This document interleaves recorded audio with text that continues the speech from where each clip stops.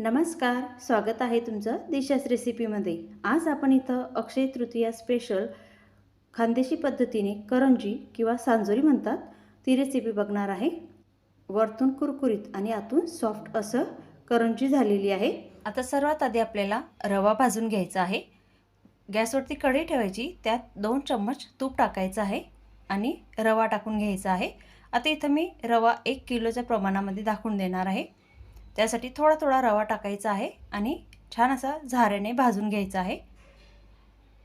छान मंद आचेवर हा रवा भाजायचा, म्हणजे छान कलर चेंज होईपर्यंत रवा भाजायचा। आणि दुसरं म्हणजे असं झाऱ्यातून रवा अगदी अलगद पडत असला ना, म्हणजे आपला रवा छान असा भाजून झालेला आहे। आता रवा भाजून झालेला आहे। आता आपल्याला हा रवा ताटामध्ये टाकून घ्यायचा आहे, कारण आपल्याला 3 बॅचेसमध्ये रवा भाजून घ्यायचा आहे। तर इथं रवा एक बॅच मी भाजून घेतलेली आहे आणि ती ताटामध्ये टाकून घ्यायची आहे। आता ड्रायफ्रूट्स घेतलेले आहे आणि खिसून घेतलेलं खोबरं घेतलेलं आहे। तुमच्याकडे जे असतील ते तुम्ही वापरू शकतात, पण खोबरं नक्की टाका, म्हणजे सांजोरीला आहे ना खोबऱ्याने खूप छान टेस्ट येते। आता बघा, छान असं खोबरं भाजून झालेलं आहे आणि नंतर रवा भाजून घेतलेला आहे, त्यावरच आपल्याला हे भाजून घेतलेलं खोबरं टाकायचं आहे। आता इथं मी बदाम आणि काजू थोडी जाडसर अशी कुटून घेणार आहे। मिक्सरमध्ये किंवा असं जास्त बारीक करू नका, छान असे थोडे जाडसरच राहू द्या, म्हणजे करंजीला छान लागतात खाताना। आणि आता इथं मी खसखस घेणार आहे आणि खसखस भाजून घेणार आहे। आता थोडी खसखस भाजून झाल्यावर नंतर यावर थोडंसं तूप टाकायचं आणि मनुका टाकायचं आहे। आता मनुकासुद्धा ते तुपावरती थोडं परतवून घ्यायचं आहे आणि नंतर चारोळी बी टाकायची आहे। आता सर्व छान भाजलेलं आहे। नंतर काजू बदामसुद्धा भाजून घ्यायचं आहे। आता इथं थोडंसंच तूप टाकलेलं आहे मी, थोडेसे तुपावरती भाजून घ्यायचं आणि आता सर्व सारण आपल्याला एकत्र टाकून घ्यायचं आहे। आता हे सारण थोडंसं कोमट होऊ द्यायचं, तोपर्यंत आपल्याला पाक करून घ्यायचा आहे। आता इथं मी 2 ग्लास पाणी घेतलेलं आहे, त्यावर 1 चम्मच तूप टाकलेलं आहे आणि नंतर ठेचून घेतलेला गूळ टाकून घ्यायचा आहे। आता गूळ विरघळतो आहे तोपर्यंत आपल्याला वेलची बारीक करून घ्यायची आहे। आता वेलचीची साल काढून घ्यायची आणि ती छान ठेचून घ्यायची आहे, कारण अशी ठेचून टाकली ना वेलची तर छान अशी टेस्ट येते आणि चवसुद्धा खूप भारी लागते। आता गूळसुद्धा विरघळलेला आहे आणि पाकाला उकळी आलेली आहे। आता इथं आपल्याला कडक पाक करायचा नाही किंवा एकतारी पाकसुद्धा करायचं नाही, फक्त गूळ विरघळून घ्यायचा आणि 2 मिनिटासाठी तो पाक होऊ द्यायचा आणि नंतर एका गाळणीने गाळून घ्यायचा, कारण गुळामध्ये कचरं आणि काळे असतेच, त्यासाठी ते गाळून घ्यायचं।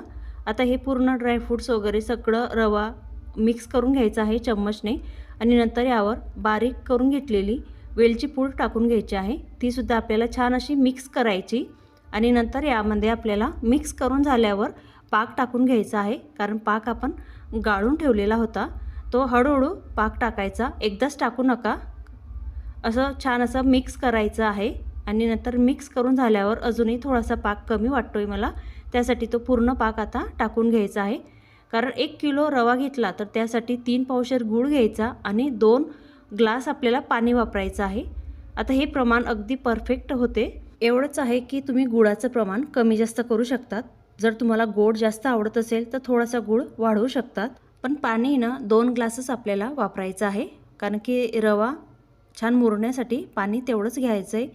आता इथं मी रात्रभरासाठी हा सांजा झाकण ठेवून देणार आहे आणि दुसऱ्या दिवशी तुम्ही रंग बघू शकतात किती मस्त आलेला आहे आणि सांजासुद्धा छान असा सुटसुटीत झालेला आहे, म्हणजे रवा जो असतो ना तो जास्त पाणी कमी पण झालेलं नाही आणि जास्त पण झालेलं नाही, छान असा मुरलेला आहे। आणि आता बघा, छान असा सांजा तयार झालेला आहे। आता इथं मैदा काढून घ्यायचा आहे आणि नंतर आता मैद्याऐवजी तुम्ही गव्हाचं पीठ घेतलं तरी चालेल। आता यामध्ये चिमूटभर मीठ टाकायचं आहे आणि नंतर याला मोहन देऊन द्यायचं आहे। तर मी इथं तूप गरम करून घेतलेलं आहे आणि तुपाचं मोहन द्यायचं आहे। तुपाऐवजी तुम्ही तेल वापरलं तरी चालेल, पण तुपाने ना छान करंजीचं जी वरची पुरी असते ना ती छान खुसखुशीत होते।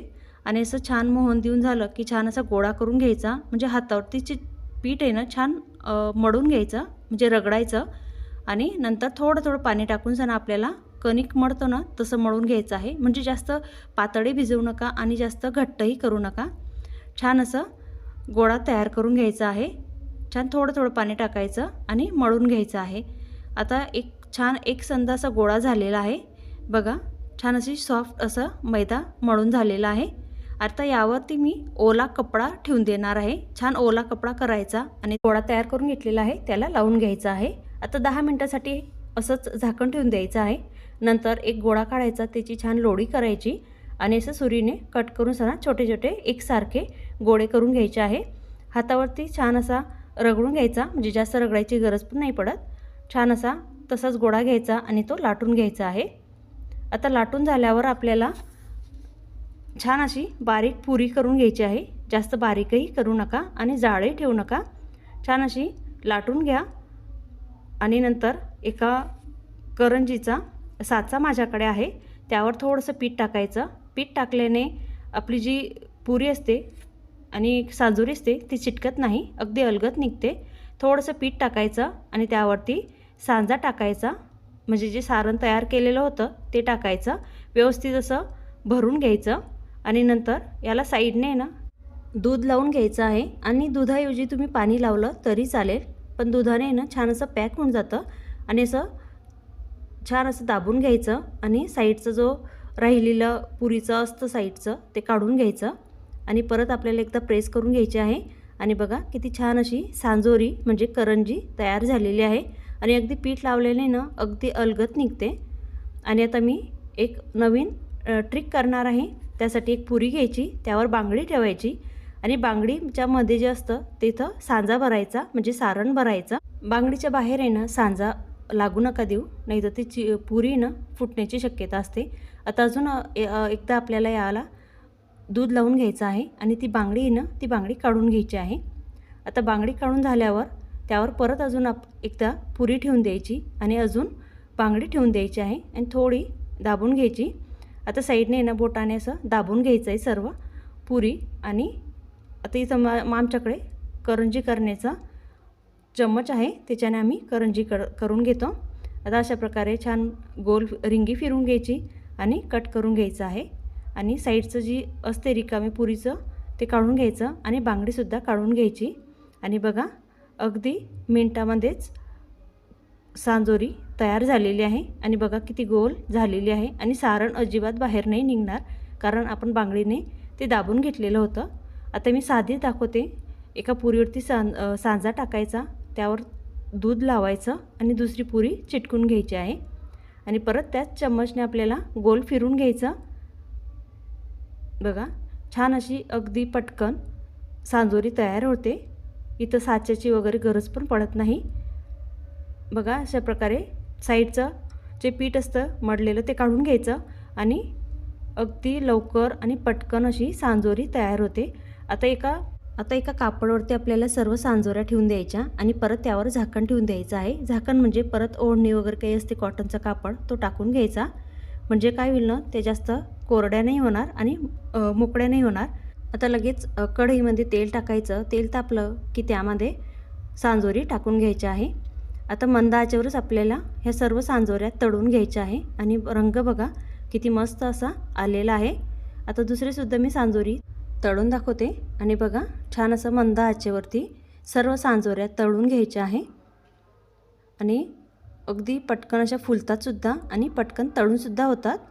छान मंद आचेवर तळायच्या।